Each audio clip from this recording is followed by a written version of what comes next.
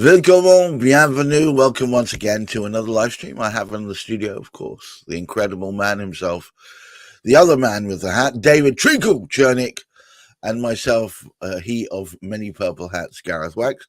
We often talk, in fact, weekly, at around about 10 o'clock on Wednesdays. We talk about modern sales. And we've been so far talking about how you get past what I'm calling the connector, the person that can connect you potentially to the decision makers or the people you need to speak to once you make that phone call. And today's topic is an extension of that, which is how to get through to anyone. I have to add that little practically anyone, because somebody would always go, yeah, but you couldn't get but you said you're going to get through, and I did it, and I didn't get through. It's all your fault. There you go. So, but practically anyone. I mean, I keep getting asked, and also, I don't know, over the last few weeks about outbound outreach and that kind of thing. And it's in the cold calling. Cold calling, yeah. Let's call the dog a dog, shall we? Well, I mean, the thing is, cold calling, yeah, but it's not just calling. I mean, when we get into it, we'll see that. Well, where's he taking himself? No, I just moved it to one side. That's all. When we get into it, we'll see it's not just about calling. There's a whole strategy to be deployed here. If you're serious about getting through to anyone. But you know, if you start with a list of like your people that you really want to get in touch with, and I'm not talking about a list that you've bought of 1,000 people that satisfy some criteria.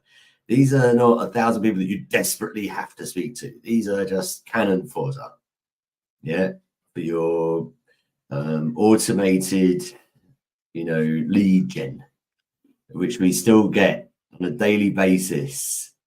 Especially on platforms like LinkedIn, direct messages falling in. Oh my God, I'm so irritated that nowadays they don't even bother doing their search criteria correctly. I got one this morning said, would you like more lead gen through your LinkedIn? And so I did write back and I said, read my profile. It's mad, isn't it? It's mad. Well, yes, and so you said it clearly on my profile. That's what I do, and so they're not even bothering to even cursorily look. Well, occasionally I reply to them. They don't annoy me that much. I mean, they don't bother me one way or another, I have to say. But okay, if I got my logical head on, what I do is I write back to them and say, "Would you like a better way of prospecting than this? I'm guessing you only get 1% response," and that's already turned into 2 clients. However, many of the time I just write back because it does irritate me that they haven't even bothered cursorily looking, I was just looking at my inbox. So half my messages on LinkedIn coming from lead generation people. That is not the way to get through to practically anyone. What that will give you is some sort of open rate. I'm not talking about open rates here. We're talking about, I want to get through to Joanna Blogs, the chief executive of who's right in my space. Of Blogs International. Yeah. Okay. That's what we're trying to do. And I help people all the time do this kind of thing. And it's not an exact science. However, there's a huge amount of stuff that you can do. So I was with a client even yesterday who, we're having a concerted effort. We picked out 10 people that she really wants to get hold of. They're people in hospitality industry. And she's got a great track record of serving some pretty famous brands in that area, delivering enormous value. So she's got something for them. She really wants these people. In fact, some of them are brands that she personally has a connection to. Well, you see, hang on, that's a different kettle of peanuts there.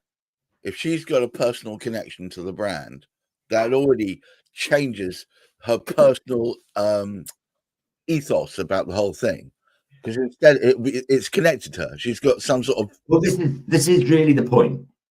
You've got to know why it is that makes them so special to you. Now, you can do it at scale. There's nothing wrong with doing it at scale. You could do 100, but what I'm talking about, the difference between doing a sort of a mass mailing to 1,000 people, knowing specifically why you're targeting somebody. And it could be Dear first name. Dear first name. Oh man, I hate it. But you know, okay, so that is the reality. But what we start off with is a list. And we've got to find out some obviously contact details about them, which will take some donkey work, because most people who you really, really want to get hold of have not accidentally ticked that box, which has meant that marketing companies can save them on a list. Yeah, they've not done that. They've been careful, and it said, would you like to be contacted by other trusted partners? They've been careful not to tick that box. No, they've written on no account. Okay, those are the people that we're trying to get hold of. So you can't just easily find them on these paid for lists. Instead, we've got to work out what it is that we're going to say to them when we eventually get through to them, which we will. And I usually like starting off with a phone call. Yeah. Now, you might not be able to get a direct line. You might not be able to get a mobile number. In fact, you probably won't be able to. No.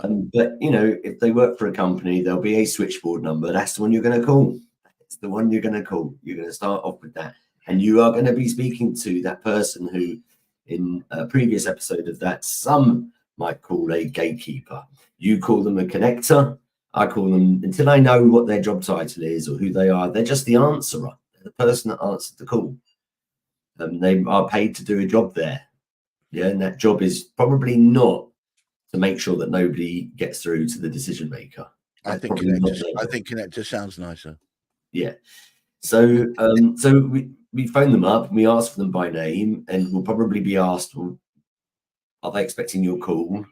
And we'll probably be asked, what is it about? And we've got to have answers to those questions, an honest answer. No, I don't think they probably will be expecting a call. They might be expecting my call if I've been, you know, sending them stuff, or if I've asked my friends who do know that person for an introduction. But, you know, chances are they might not.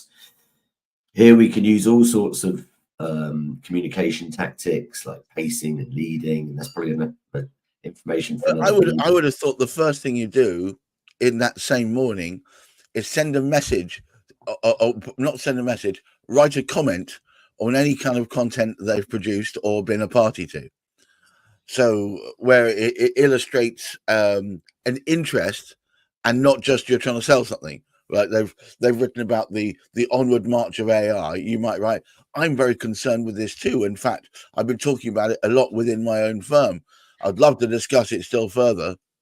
And then when you make so essentially what we're doing here, I mean, it doesn't necessarily matter the order. Actually, I've discovered it doesn't necessarily matter the order.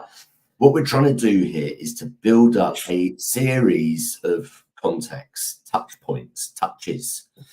And, you know, quite a lot is written about this from a data perspective, how many attempts it takes in order to get through to the right person. And I think that some people talk about it takes an average of 8 attempts, 8 touches to reach somebody. And you know, the touch, I think maybe about 6 actually, but that might just be because I'm very practiced at it. But those touches will be things like a phone call, as long as they know that you've called. It will be things like an email. It would be things like a comment on something that they posted. It would be things like sending them something, maybe even in the post. Yesterday, I was with a client. We're going to send them some video cards. We're going to send a video card. But, you know, it's going to be it's going to take an investment of your time and effort. And if you think about it just from a strategic point of view, if you're buying data, thousands at a time, you might be paying 10, 25 cents per data point. Yeah, it's very low value because it's shit. Yeah, it costs not much money because it's shit value. There's things you can do to improve the value of it, and that's by getting more and more knowledge about that data points. Yeah, building it up. Where do they work? What job do they do? What's important to them? What they've been writing about recently? What's on their mind? Yeah, what they're posting about. Yeah, so that kind of thing. What's keeping them up at night would be the ultimate. And then you're able to phone them up and say, listen, I hear that Joanne has been struggling with this. She's been writing about it constantly. I'm the person that's been commenting on her stuff. she replied to me. You see, what you did though is you'd already been commenting on her stuff, so you can refer to it. So in that way, me personally, I mean, we've all got our different styles, our different vibes. Me personally, I like to pick up the phone first. And on that call, I'm not expecting to get through on the first time. I mean, if I do, terrific, but I'm really not expecting that.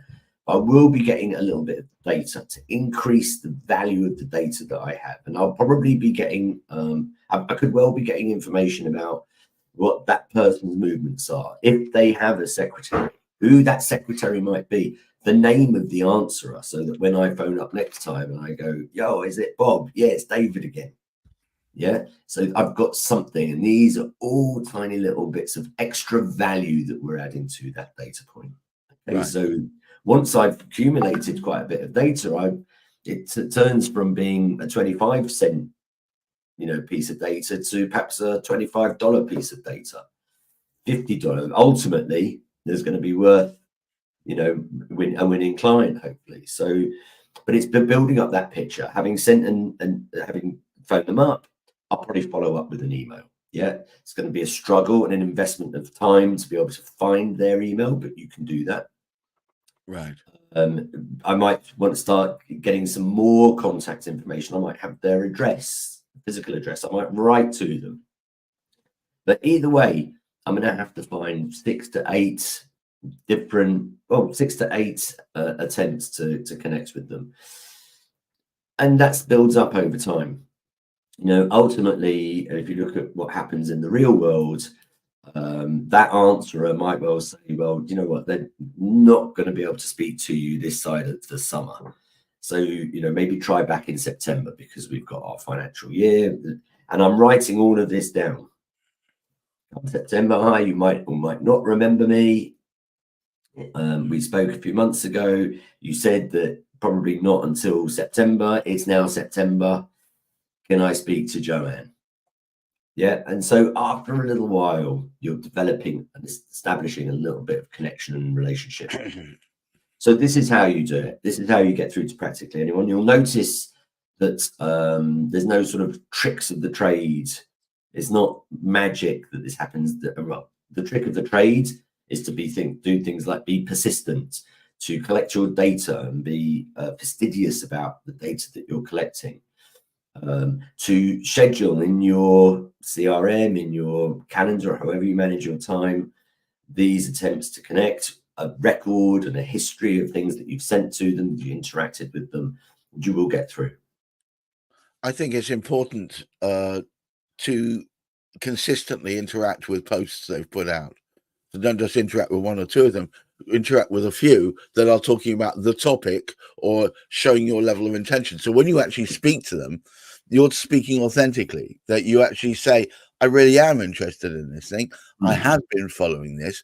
And I hope you can see that I've actually showing an interest and wanting to know more. And I was hoping that in this call, if you've got the time, you can explain to me your perspective on it so I can learn from that. And this is before you even talk about what product or service you want to push in their general direction, or whether or not you want to get them in for a further meeting to do a discovery call. So this is way in advance of all that. And it's all about paving the way so they see you as one of the good guys. Yeah, and the opposite of a robot, the opposite of one of these mass mailers. So, that's what we're trying to differentiate ourselves about. Now, you can only be motivated to do it this way if you are authentic and genuine, unless you are a complete robot. But that's the point. I'm not saying don't do volume direct mailings and all of that kind of stuff. I don't like being on the receiving end of them. I don't know anybody who does. I appreciate that they are an element of marketing, something that marketing people have ruined for everybody. But if you really, another thing that marketing people have ruined for everyone. Well, look, we're doing these video calls with another client. They've been around for a little while, and sure enough, if they start working, marketing people are going to be all over that and doing it at scale. Absolutely, of course. Water it down, so spread it don't thin. race. I mean, the bottom line here, really, I mean, I know you like my summaries. I love a summary. Don't race to scale. Yeah. No, because otherwise you could be burning all the really good stuff out before you even get to use it. To scale. Focus on a tightly a tight group, a distinct group of people, have a group, collect some data, do some desk research about them, know why you're calling, check out their public profiles, and of course, yes, as you point out, anything that they're posting and maybe interact with that. Don't be afraid of the phone. Phone them up. Even if it's not the direct line, you will get important data from phoning and just speaking to answerers or connectors, receptionists, secretaries. Establish a relationship and rapport with them. Follow it up with an email. Send them a direct message. Send a very personalized and one that you've actually sat there and typed, connector on LinkedIn. Do all of those things. Maybe and also take the chimes with the stuff they're writing.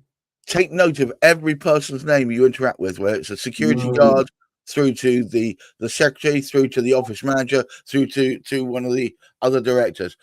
Every name should be. I know a lot of people don't bother with that. They make the phone call. It's not the right person. All right, thank you very much. I'll catch up with you next. And then they come back next time. They speak to the same person and they've forgotten their name, which is normal. So write it down. Yeah, absolutely. Cool. All right. Well, look, as usual, I have to thank David for educating all of us, because he's the big funky educator.